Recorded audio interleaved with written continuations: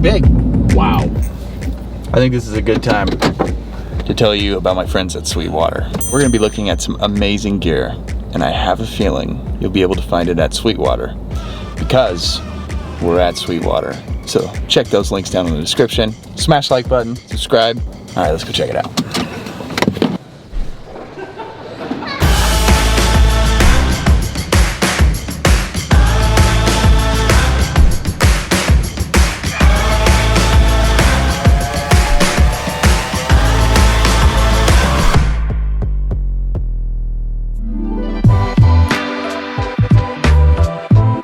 Dude, Andrew, thank you for having me. welcome. So is this like a lounge waiting room? Sort of, yeah, entrance area, some studio offices. So we have a little office area here with some staff engineers, artist relations people that work back here with us. And then I am standing in front of our mic locker, which is kind of a showpiece of the studio.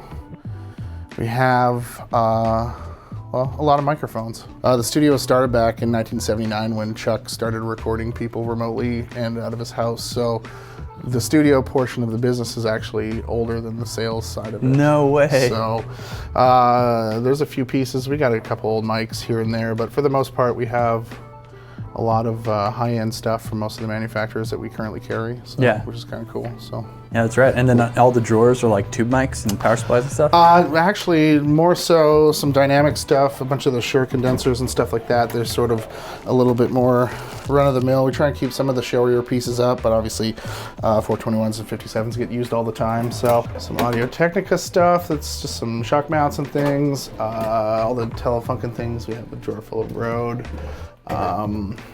Let's see what else. Bunch of 4099s, DPA. We got a drawer full of DPA fun stuff. Earthworks, we have a bunch of their microphones in the boxes, and we have some on the wall. Is this a 440? We have a 44. 44? Yeah. Woo! Some blue stuff.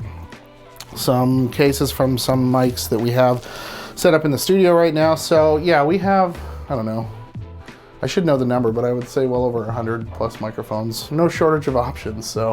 Well, this is definitely the cleanest and most well-lit mic locker I've ever seen. Well, thank you. So we'll roll into Studio A. As you notice when we walked into the studio, it is open to the public. So people can come in and walk through that are customers of Sweetwater. So depending on the session, sometimes we'll make it a little more private, and then sometimes we'll make it so people can kind of see what's going on. But walking in here, you'll notice our new Pride and Joy, our Rupert Neve Designs 5088 that we just commissioned a couple weeks ago.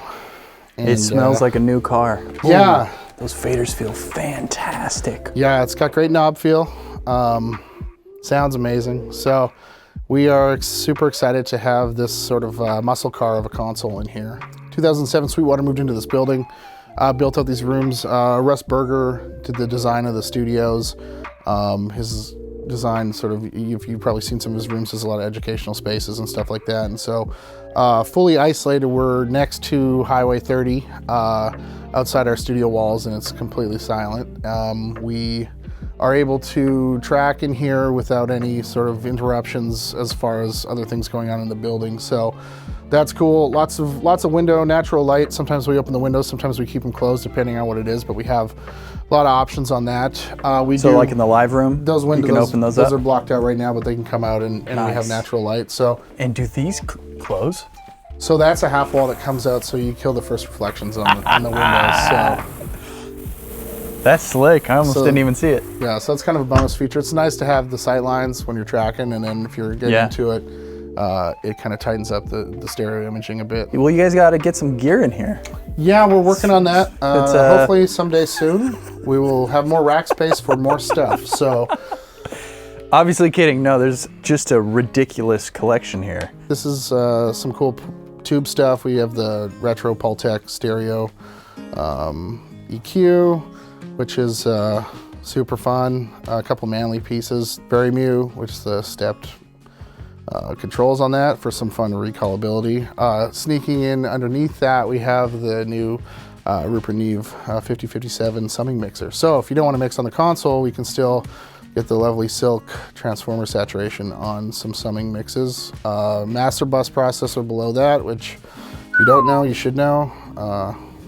It's amazing. Some Chandler germanium compressors, which I've been a fan of for many years. My buddy Wade makes really cool gear down in Shell Rock, Iowa. Some TG1 action, which is obviously inspired by some Abbey Road stuff. And then we have a rack of SSL dynamics from some iteration of SSL consoles, but that's sort of handy mixing in the analog realm on our console, so we can have some control over some drums and stuff. But and it's nice that it's like at the desk. Yeah, it's still facing forward. You don't have to turn around and go grab the rack. It's kind of there. You can be in front of the speakers, so it's a nice thing to have. Is this what kind of desk is this?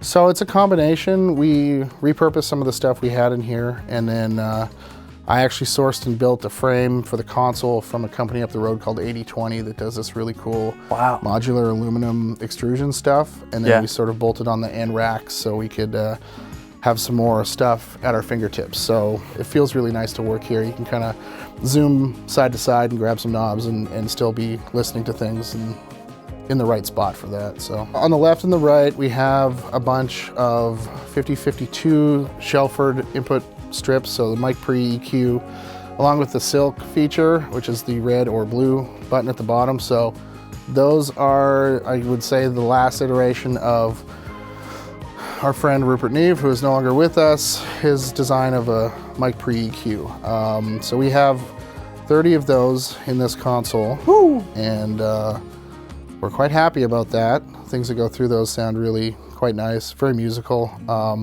Center section has some of the 5051 Dynamics modules with some EQ on those, so have some more control in the same sort of vein. We can kind of double up with the EQ if we need a little bit more love on stuff. The bottom section of the console, so the top is the penthouse, what they call it, and then the bottom section has all the routing and summing features of this desk. This section here, there's the group masters, so we have the group inserts, so we have insert points on those, and you can assign them to either the left or right buses, and then add pan to those, so all that's kind of engageable. Those faders come here. They also have direct outputs, so you can process that. A lot of the times when I'm recording guitar, I will send my guitar mics to a mono one of those, send it to an EQ, record that as sort of a process finished multi-mic'd guitar sound. So I only have one track in Pro Tools to deal with, which is super awesome. So that's that. There's effects returns here. So we have our aux sends are all normal to some outboard gear. We have a Bricasti and an Eventide H9000, and then a Space Echo and a Tape Echo and a Dimension D copy from Clark Technic. Our buddies at Behringer Clark Technic. They're doing some weird Is Clark Technic Behringer? Yeah. Oh, interesting. Yeah. So have you used this personally? Yeah, I had it plugged in. We used it last week on a mix. What did you try it on? Put on some bass. It was by itself, and it gave some pretty cool space. But what's this thing? That is the Neural DSP Quad Cortex amp modeler. I don't do IRs and stuff. I just get like my favorite speaker and my favorite mic and my favorite preamp and dial in a tone, capture it, and I've been uploading it. So we've been going through a lot of the amps, and then that gives me the opportunity to recall something quickly, reamp things, and so we're at Sweetwater exclusive US distributors, so we've been on board with them since the beginning. So this one's been floating around for a while, so I've been getting into it. I've kind of been against the Kempers and things like that just because I was never really super happy with the way it sounded. When I found out that I could capture a sound I really liked and it reproduced it, I was like, well, that's cool. And you got your radio box here, so you can just pipe right through. Yeah, we normally have a couple more of those in there to hook up pedals and stuff on the desk here. So stereo pair of distressors, pair of UA 1176s, purple MC77s. There's a sleeper piece up top, which is this Earthworks mic preamp, which is, I don't think they make it anymore. It's super clean and zero distortion technology they have on the front of it. But quite like it on guitars sometimes when it gets out of the way. If I have a sound that I'm looking for that I really want to capture, like a really big sound, it's something I go to quite a bit. It's like kind of the opposite of the Shelford stuff. So, do you know what the size of this room is? I think it's 30 by 18, I think. What? It's a nice space. The ceiling is even higher than the drop ceiling, so it has a great feel, like you're not too closed in. So there's like multiple sort of cloud things happening. Yeah, so trap back here. We have a projector and screen. So we do some educational stuff. I teach a recording workshop pretty much monthly we bring in an artist, and I take people from start to finish on a session. We have up to, I don't know, 15 people in the control room with me when that happens. And so we have relationships with a lot of different artists, and so we stay in touch with them, and when either they're on tour or they want to come make some new music, we try and engage with them in a way where we can have them come up and record.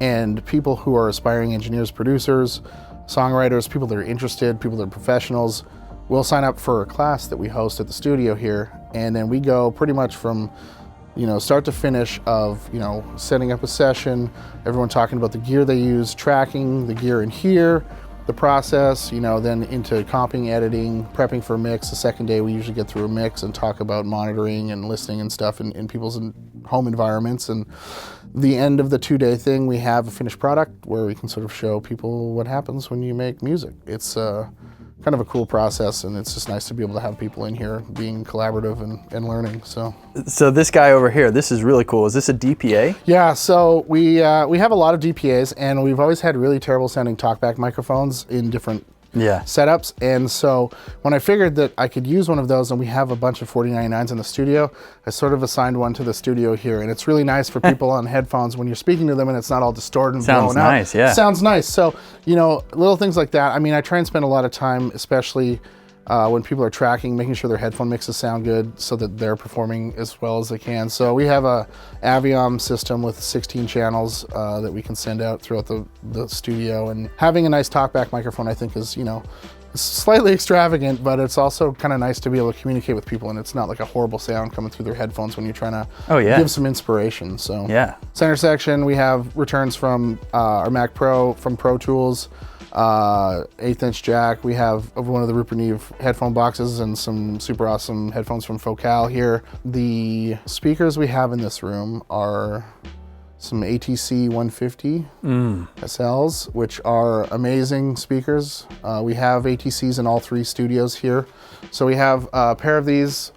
Just for good measure here, people can see. These are on sale, right? Yeah, if you can carry them, you can take them home. So they're amazing. They translate amazingly well. Paired with a sub, a 15-inch ATC sub. On the big giant sound anchors. Yeah, big sound anchors. They don't seem to move very much, which is great, but translate amazing. They go loud. They sound great.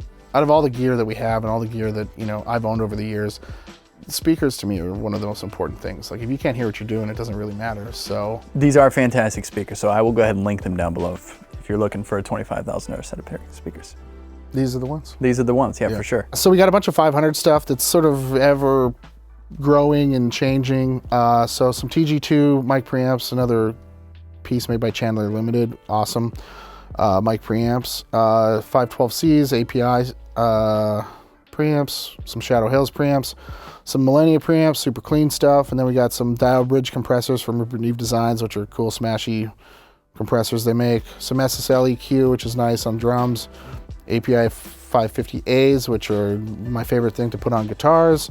Some API 527 compressors, 525 compressors, and then the Shadow Hills dual Vandergraaf. 2500 and then the XL Logic. Yeah, and the 2500 is self-explanatory, and then a G-Bus compressor. So above that is our almost 800 and something point patch bay to connect all of this stuff, where if we had more room, we'd probably have more patch bays, but all the points on the console are hooked up. All the mic panels out in the live room, all the gear, got some guest panels and stuff like that. Pro Tools rig, we got 64 in and out of Pro Tools, so it's high capacity for recording. So that's awesome. Yeah. Could you show me these amps over here? Yeah, sure. We have a Mark V Jump Petrucci Mesa. We have a new Archon 50 from PRS. The Friedman B50. Diesel VH4, which is a spectacular amp.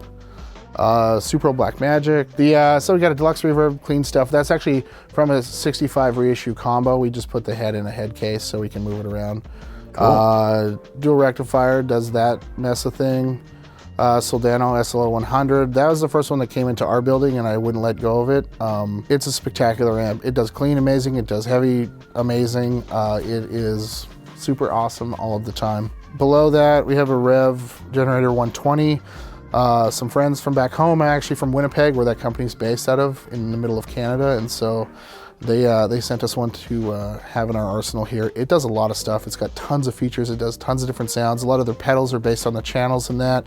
There's a gate, there's a reverb, there's, you know, tons of cool things. So it's it does a lot of things really great. That's the John Mayer PRS JMod 100. I think it was the most expensive guitar amp that Sweetwater sold. It's no longer in production. It's sort of this really clean thing with this really special effects loop that John spec'd for them. Took places of his Dumbles and Two Rocks for a little while. I don't think he's playing them anymore, but we have one here. It's cool. It's a big dollar amp. It's not everyone's thing. Yeah. If you're a great guitar player, it'll help you sound better. If you're not a very good guitar player, you'll hear it through that amp. Yeah. So it's a bit of a strange awesome. beast. From there, we got a JCM 800, which, you know, is a pretty standard practice for some heavy guitars. Throw a tube screamer or something in front of that, and we are rocking. And below that is the Friedman BE100 Deluxe. We had the original one, and we just traded up to that one because it has more tone controls for each of the channels. So this is our live room in Studio A.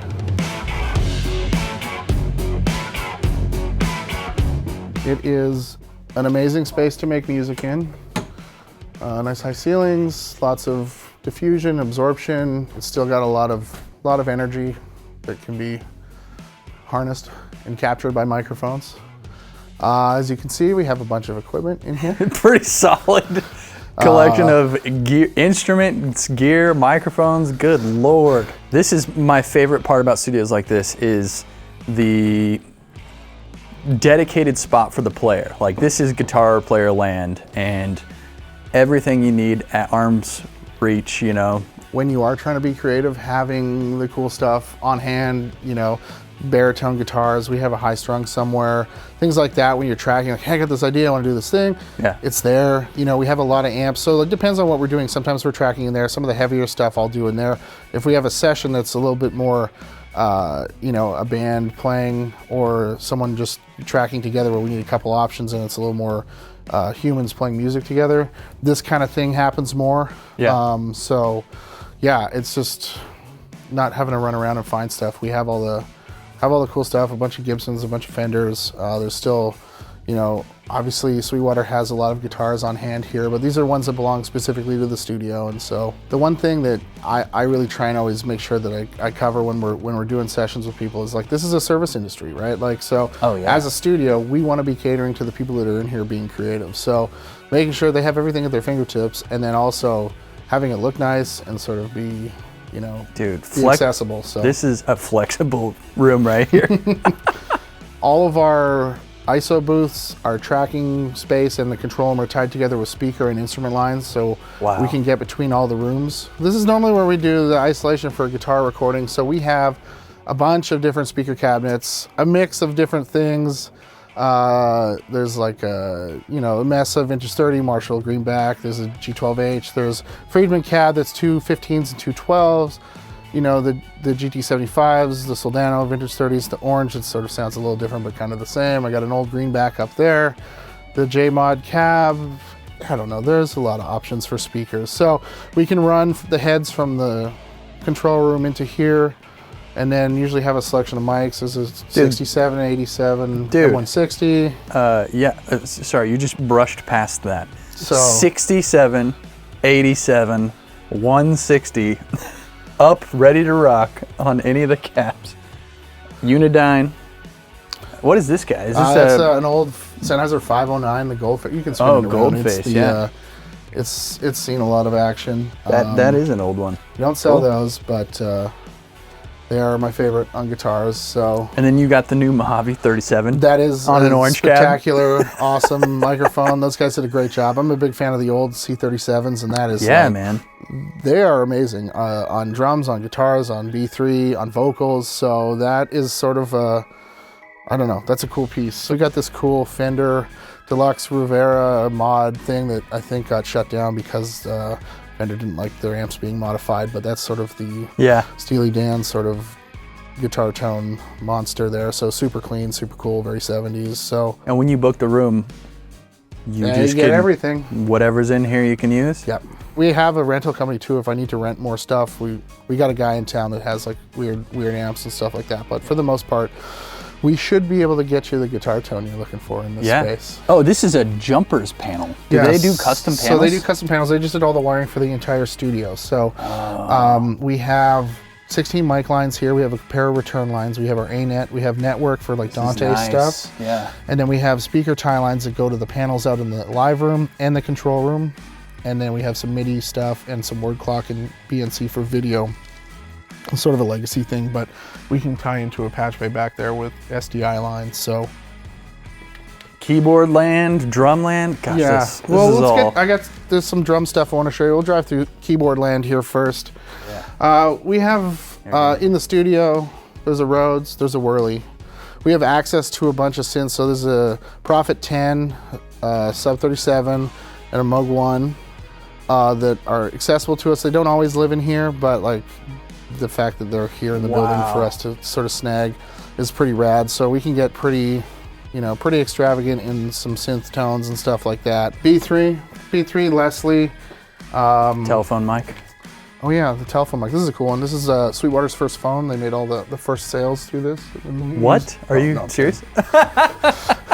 Sometimes we throw it on the drum kit, throw it through an amp. It's got a 1/4 inch. It's high impedance, so we can, make some cool sounding stuff. Put it on guitar amps and stuff before people yelling it through guitar amps. Leslie for the B3. We have a solid state Leslie that we keep around here because it has 1/4 inch input, so we can plug guitar into it really easily and we get like some cool real Leslie effects. Then we have a C7 grand piano, a Yamaha, that also is fitted to have MIDI input, so it is a player piano. So we can have sessions where people can write MIDI or bring in MIDI and we can play it back to the piano and record it through our acoustic piano. So sometimes we'll do it in here, sometimes we'll take it into the big room, we can mic it up and make it sound huge, which is a super cool feature. I mean, people can even just send us MIDI and we can record their piano playing through our piano. So have some Neumann M149s on the piano. We have a pair of those around here, which are just, man, spectacular natural sounding microphones. They either live here on vocals or like drum room mics and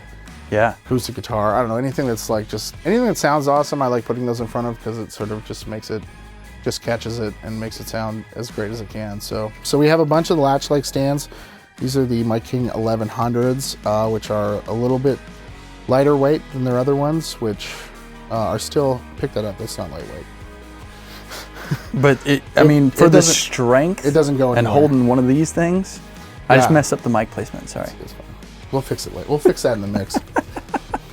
So we have some bass stuff. We have a couple SVTs, an Ampeg 810, a 4x10, and then we have one bass. It's a P bass. I think that's all we're ever going to need. So, and then some Aguilar stuff that's cool. It's kind of a little bit more modern sounding. So if someone wants to play through an amp like that, we have the access to that.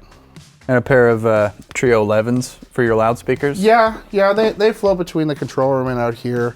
We've been spending a lot of time out here lately, so it's been important to be listening to music. And these things are just outrageous. Yeah, they rock. So awesome to listen to music on.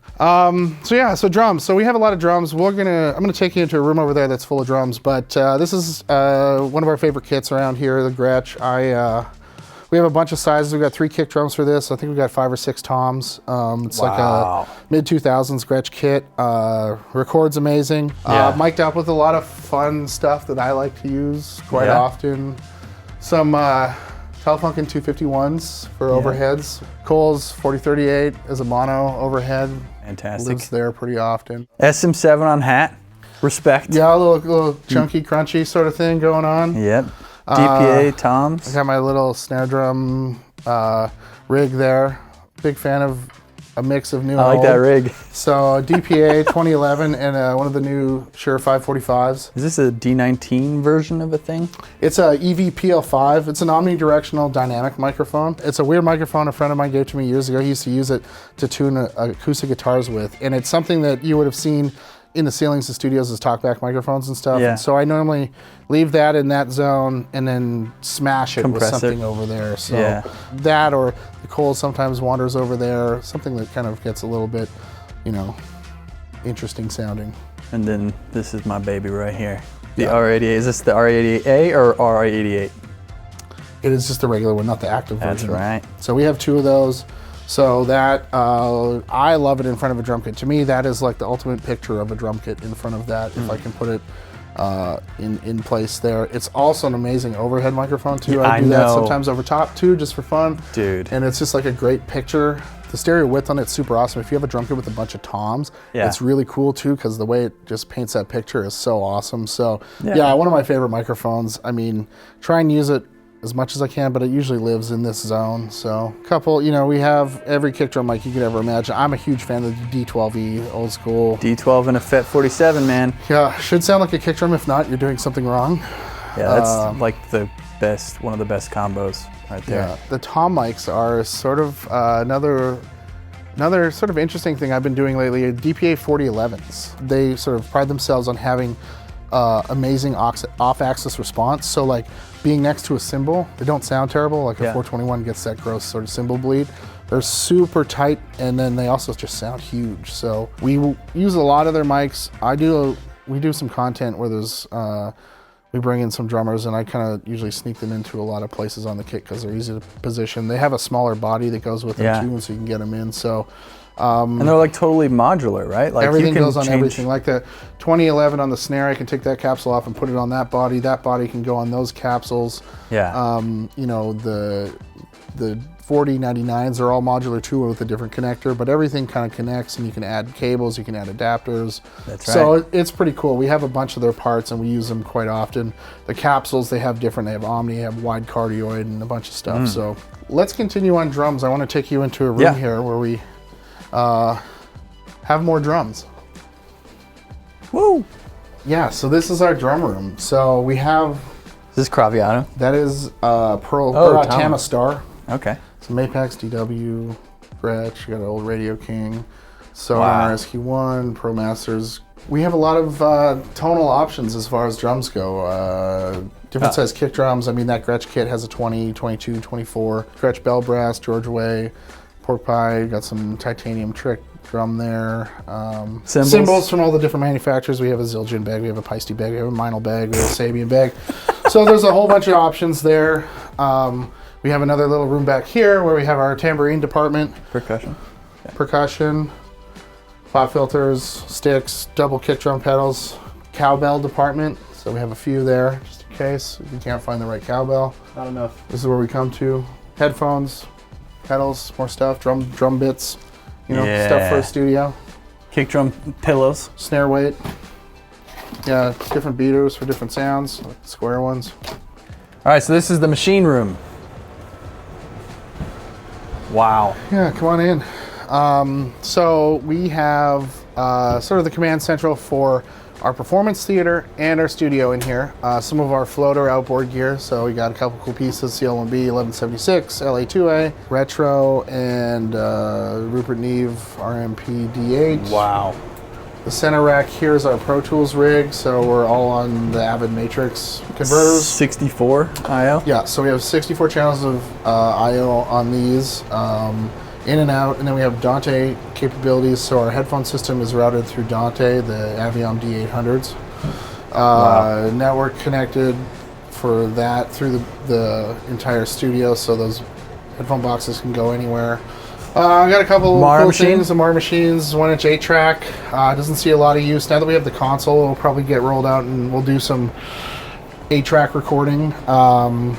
This is sort of just freshly refurbished from those folks at Mar Machines and has been living here sort of unused for a while. So that's cool. Some more guitar pedals. More pedals. DIs, volume pedals, Dark Glass, the Red DI, Tube DI, some Telefunken DIs, Rupert Neve DI, JDIs, which live all over the place. I love those things. Another selection of some more stuff here for tone options and effects. What is this one? So we have an MTR or MX80 2-inch 24-track machine, which gets more use in transferring than anything. We don't really track much to this. Yeah. And so this looks like a hospital machine.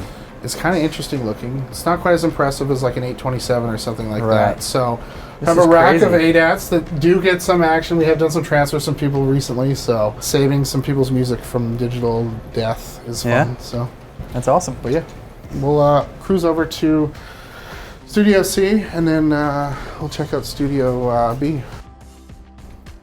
This is our Atmos mix room. It is outfitted with a 914 setup with PMC speakers. Oh my gosh. So we have a pair of the 8.2 XBDs, which are PMC's new line of, I guess they call it the studio line or studio range. And so those are the largest ones they make. And then the center speakers, the 8.2 without the XBD. We have 4 of the 2.2 sub 2s for our LFE channel. And then there is 10 of the CI65s, which is speakers in the ceiling, the speakers on the stands along the walls. These are crazy looking speakers. They're so thin. Yeah, so they effectively can be mounted in the wall. We just, that is so crazy. we opted to kind of keep them out because we have a lot of fabric work to do, and it just was sort of a little bit easier for us to get these rocking. So it's been a work in progress. As we were installing the console, we were also doing this room too. So we pulled out the console that used to be in here. This S6 actually used to live in Studio A, so it sort of serves a purpose a little bit more effectively in here as a digital controller, as all of the monitor controlling and stuff like that is done through DadMan. It is an exciting new venture for us, and we're looking forward to mixing projects and bringing people in and mixing in this space. So yeah, I've heard some.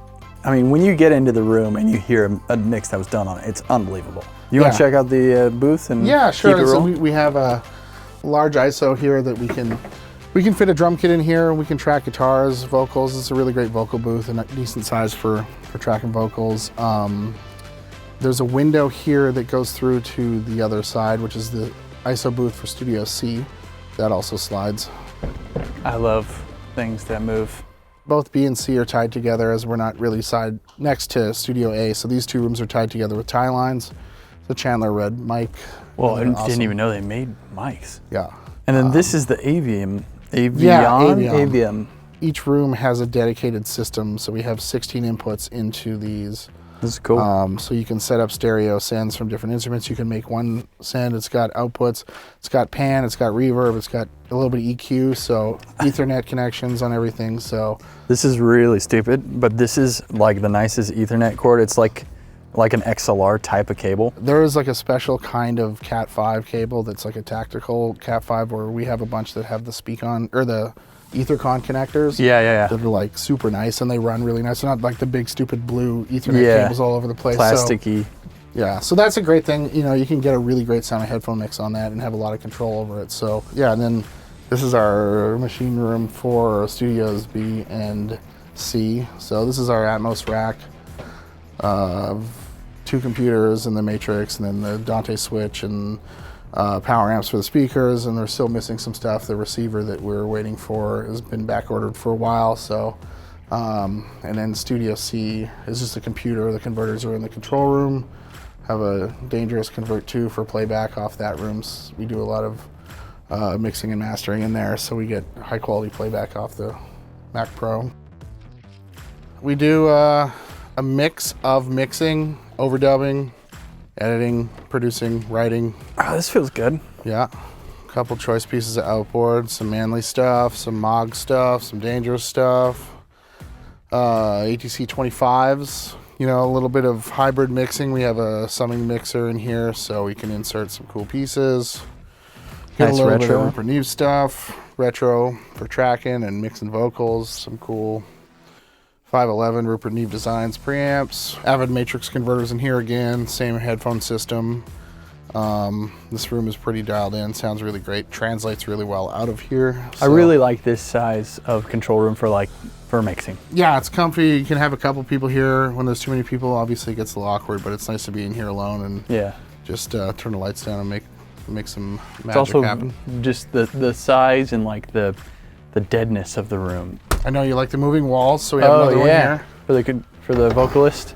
The Yeah, vocalist so we don't like, have give to me some see the privacy. vocalist, but kind of kills the first reflections off the speakers, so it makes mixing a little nicer. But all of our Pro Tool rigs are the same, so we have the plugins, same processing on all the rigs, so we can move the sessions between the rooms. Yeah, you got the dual focal subs. Yeah, so I just got one of these. we've been messing around with a couple different subs to pair with these, and these have been working really great for us. So if I come in to do a session and I've already, like it's a continuance of a session and I have some plugins and stuff, what sort of plugins are on these rigs? We have most of them. You know, that's a good answer.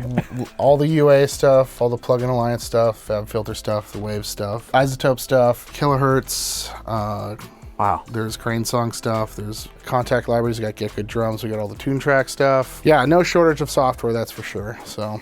And then since you're on the Avid system, you can use these as hardware inserts. Yeah, so that's kind of the setup here is we have enough I/O to do summing or analog inserts on the Matrix to do, you know, hardware inserts and Pro Tools and stuff like that. So we can drop like the stuff on the master bus, which is cool. Thank you for giving us this amazing tour. I am gonna be here for the rest of the week, so in theory, we'll do some more stuff in here.